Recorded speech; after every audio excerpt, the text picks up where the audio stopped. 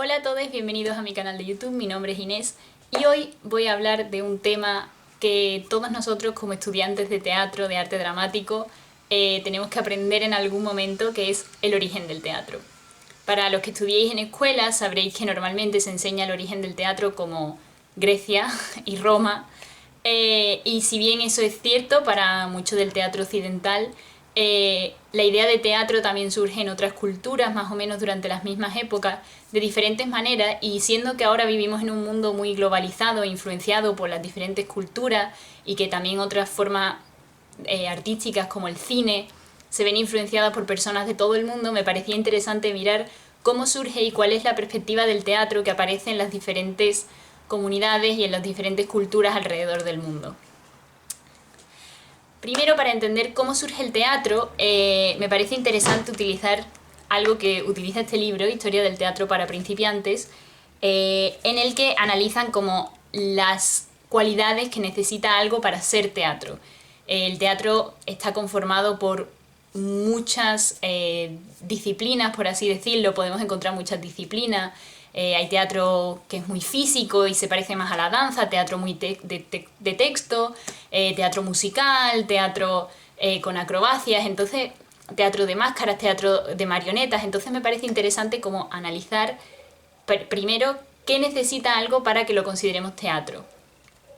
En primer lugar está la idea del cómo sí. Y esto es algo que también nos explicaba un profesor en la escuela el otro día. Decía,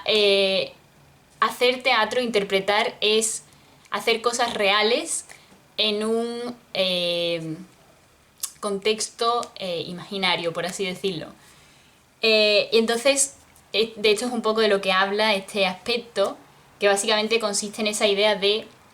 que el público acepta que algo no está pasando realmente, o sea, si alguien se muere en escena no está realmente muriendo, si no sería muy problemático, pero acepta el cómo sí como manera de contar una historia y dejarse atravesar por esta historia. Para esto es necesario, en primer lugar, que haya un público. En la idea de representación, uno de los principales requisitos es que haya un público, que haya alguien viéndolo y alguien interpretándolo. Y la transformación, es decir, que alguien se transforme en un personaje o en otra cosa para contar una historia. Luego tenemos la idea de la acción y la crisis. Mil veces hemos escuchado que el teatro necesita un conflicto. Esto es discutible según diferentes tipos de teatro, diferentes culturas teatrales, pero lo que sí es cierto es que generalmente hay una acción, algo que ocurre, ya sea algo muy activo o algo en lo que aparentemente no pasa nada, pero generalmente por el simple hecho de haber una persona en escena, algo está pasando. Entonces diríamos que siempre tiene que haber una acción, algo que está ocurriendo que el público observa. Y por último tenemos la convención. La convención es como el acuerdo del lenguaje que se hace entre el espectador y el actor, y en el que se acuerda una forma de comunicarse que necesariamente no es la misma que se utiliza en el mundo real, pero que acuerdan como manera de contar esta historia y de entenderla. Esto, por ejemplo, un ejemplo muy básico que vemos es en el teatro musical, en el que el público acepta que todo el mundo se sabe la canción, todo el mundo la baila, todo el mundo la canta, y que esa es una forma natural de avanzar la historia y de expresar los sentimientos, mientras que si eso ocurriera en el mundo real, pues sería como... ¿qué está pasando? Entonces, dicho esto, estas son un poco como las ideas de lo que se necesitaría para hacer teatro. Entonces ahora podemos ver cómo el teatro va surgiendo en diferentes culturas alrededor del mundo. Voy a hablar de estas culturas en ningún orden específico, simplemente en el orden en que las tengo escritas, porque sí. Ahora, cuando vayamos viendo el origen del teatro alrededor del mundo, veremos que el teatro está muy conectado con lo religioso y con lo ritual. Por religioso no me refiero a católico, que sé que muchas veces hacemos esa asociación en este mundo tan amasado por el catolicismo.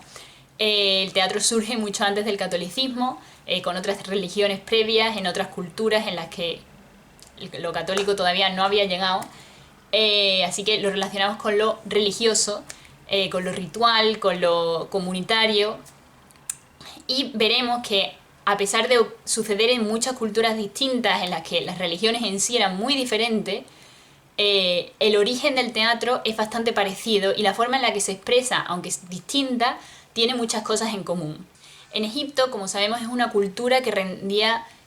una gran importancia a la muerte y a los ritos de paso y a ese proceso, ¿no?, de pasar de la vida a la muerte, como vemos con las pirámides o con un montón de cosas que nos han llegado de la cultura egipcia. Y con el teatro no era distinto. El teatro surge como una serie de rituales, como una serie de representaciones sobre la muerte que se realizan para el dios Osiris, en los que pues eso se representa ese paso de la vida a la muerte y ese proceso y ese rito, y en el que usaban máscaras para representar algo que también veremos que está muy extendido. De Egipto no es de lo que tengo más información, así que por eso está puesto el primero, un poco por... Y algo que he visto es como algo que decía como, bueno, los expertos no lo consideran teatro, no lo consideran una representación.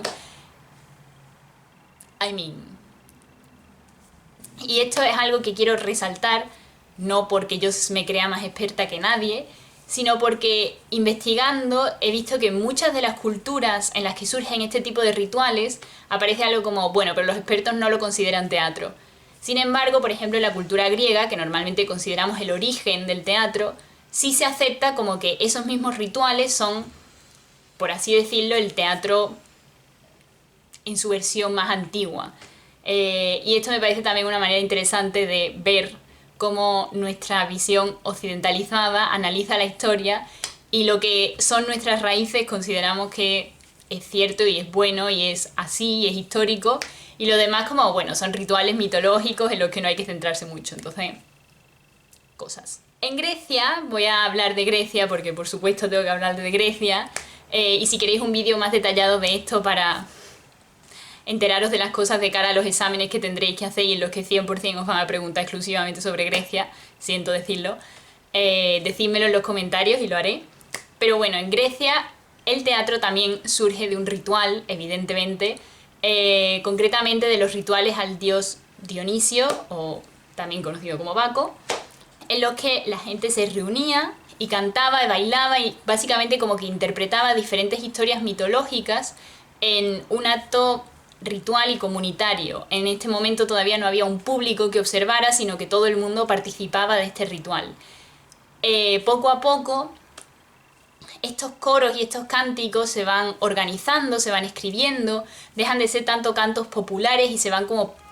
profesionalizando, no en el sentido de que fueran profesionales y recibieran un pago, sino de que estaban escritos y como que seguían una serie de normas y ya eran como canciones, por así decirlo. Según esto va evolucionando, se va formando como un coro, ¿no?, que canta todas estas canciones en círculo al mismo tiempo y que realiza este acto en comunidad.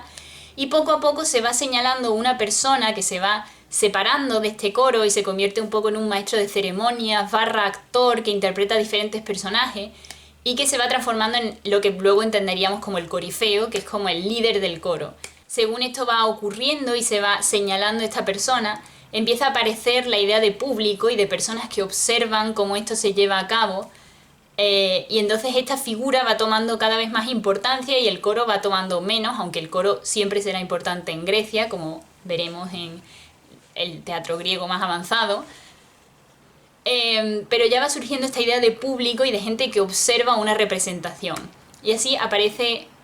Tesis, creo que se llamaba, que se considera el primer actor griego, que sería luego el primero en ganar un premio. Empieza a ser la figura de actor tal y como la conocemos, de persona que interpreta varios personajes y se mete en una historia y es el que principalmente la cuenta. Según esto se va profesionalizando, empiezan a aparecer normas con respecto al teatro, por ejemplo, que las mujeres no pueden representar y ya no pueden formar parte de él como lo habían hecho originalmente, y se va profesionalizando y aparecen cosas y aparecen los grandes concursos de teatro que conocemos hoy en día y gracias a los cuales conservamos algunas de las grandes obras clásicas, como son las grandes dionisíacas, ritos de Dionisio, vemos la conexión,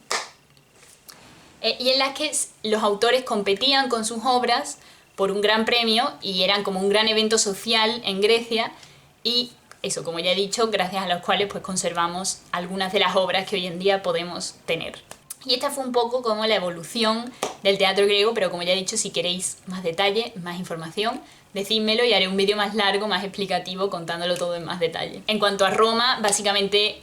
cogen la idea del teatro griego y la transportan a Roma, como hacen con la mayor parte de su cultura. Pero mientras que en Grecia se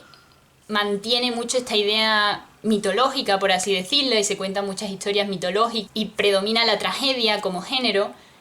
algo de lo que también hablaré en este posible vídeo. En Roma se pasa más a hablar de hechos de la ciudad, de hablar del día a día, de la política, de los sucesos actuales, y predomina la comedia. En India también hay una gran tradición teatral, cosa que me parece muy interesante. En el siglo IV antes de nuestra era había unos poemas épicos mitológicos llamados Mahabharata, que eran épicos y complejos y que se representaban como obras. Entre el siglo IV y el siglo II aparece un estudio sobre el teatro de Bharata Muni, en el que se estudia y se explica esta técnica teatral que es muy física, y eso, que cuenta historias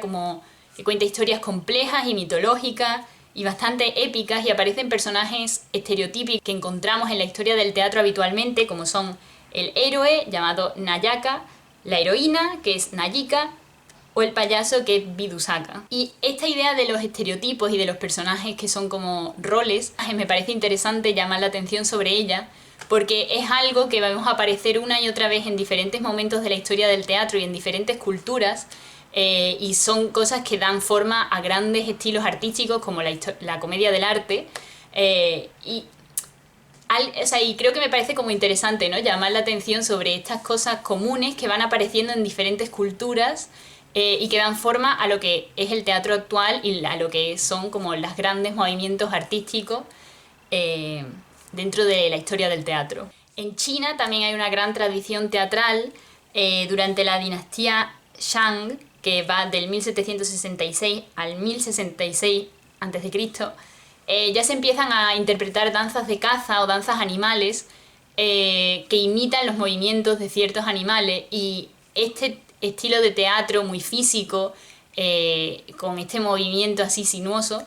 se va manteniendo a lo largo de la historia de la tradición teatral china y se mantiene hasta el día de hoy, y da como un aspecto muy característico a este tipo de teatro. En la dinastía Su, no sé cómo se pronuncia, pido perdón, de 1066 al 221 a.C., ya aparecen las danzas corales, que son interpretadas por hombres y mujeres, y que se dividen en el Wu, que la interpretan los hombres, y el Shi, que la interpretan las mujeres. Hay danzas rituales con mucha carga así como ritual, básicamente, pero ya dejan de ser su única función, y aparecen también números cómicos, números acrobáticos, que tienen un objetivo mucho más basado en el entretener al público y al que observa, y buscar un poco también esta belleza artística, ¿no?, que es tan típica dentro de las artes escénicas y las artes en general. Hello, perdón, si ha habido un cambio de cámara, de ángulo, cosas que pasan, es que me estaba quedando sin batería. En el siglo I aparece el Baishi, o los 100 entretenimientos, que es básicamente un tipo de teatro que reúne diferentes disciplinas y cuyo objetivo es principalmente entretener. El espíritu ritual desaparece un poco, toma un segundo plano, y este objetivo de entretener al público aparece como algo más primordial. Y en este tipo de teatro aparecían mimos, aparecían acróbatas, aparecían magos, personas que hacían jugglers, no me sale la palabra, personas que hacen malabares, malabaristas, canciones, música, danza, artes marciales, recitaciones de poesía, etc. Y algo que me parece interesante que surge del Baishi son danzas realizadas por mujeres con unos vestidos, con unas mangas muy largas de seda, que son probablemente la inspiración de muchas de esas escenas de teatro que hemos visto, de teatro clásico chino, que aparecen en películas o que aparecen en la imagen que tenemos en Occidente del teatro chino, de esas mujeres maquilladas con vestidos con mangas muy largas. Algo interesante del teatro chino que también un poco hemos visto en el teatro hindú y que no pasa con el teatro griego, por ejemplo, es que tenemos escritos que nos hablan de cómo era este teatro escrito u otras maneras de contarlo, que nos cuentan cómo era este teatro y cómo se desarrollaba y qué aspecto tenía. Entonces, por ejemplo, hay figuras y hay pinturas que representan el teatro chino, y al ser el chino también un lenguaje que apareció muy pronto y que se ha mantenido, también tenemos algunas cosas escritas que nos pueden permitir entender con más profundidad cómo era este tipo de teatro en comparación con, por ejemplo, el teatro griego, que a pesar de eso es el que estudiamos más habitualmente. En América, especialmente en el sur de América, también había teatro ritual, que de nuevo los expertos están en desacuerdo de si se puede o no considerar teatro. Yo personalmente sí lo considero. Fight me. Pero por supuesto en América había diferentes culturas. Por ejemplo, en la cultura maya, estos ritos, estas representaciones eran muy importantes y nos queda información de que tenían una gran importancia en la sociedad y para las personas que formaban parte de ella. Y eran representaciones muy rituales, ya fuera para los dioses, ya fuera para algo relacionado con los ritos agrícolas y con pedir buena suerte para la cosecha o cosas así.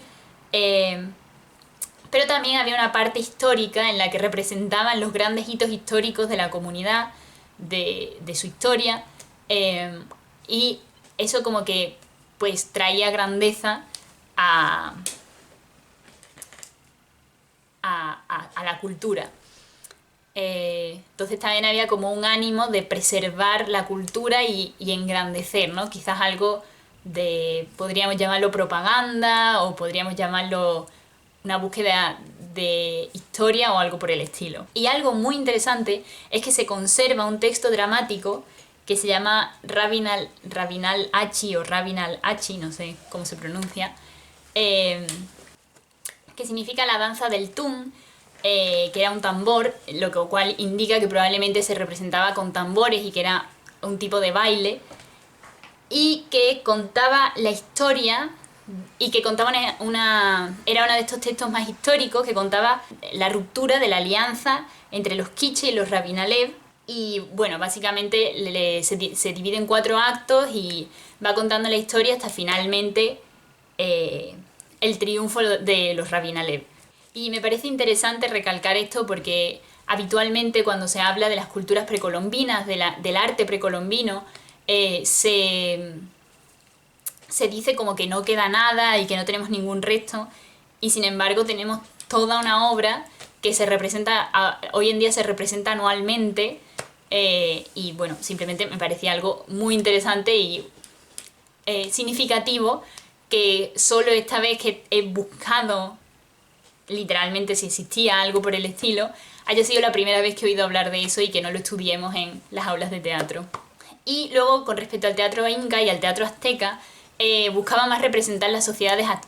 actuales del momento, y tenía un tono también religioso, pero más desde el punto de vista de la representación de la cultura en la que vivían y no tanto como un ritual. Y por último, la última cultura de la que voy a hablar, por supuesto hay miles más en el mundo, pero estas son solo algunas de las que he reunido, es la cultura maorí. Y si bien los maoríes no tenían un estilo de teatro como tal, del que podamos hablar, algo que tenían, que me parece muy interesante, es un lugar, que no tenía por qué ser un lugar físico, sino como un momento o una parte de los actos que hacían en comunidad, que si bien podía tener un lugar físico como un edificio, también podía suceder en torno a una hoguera o debajo de un árbol,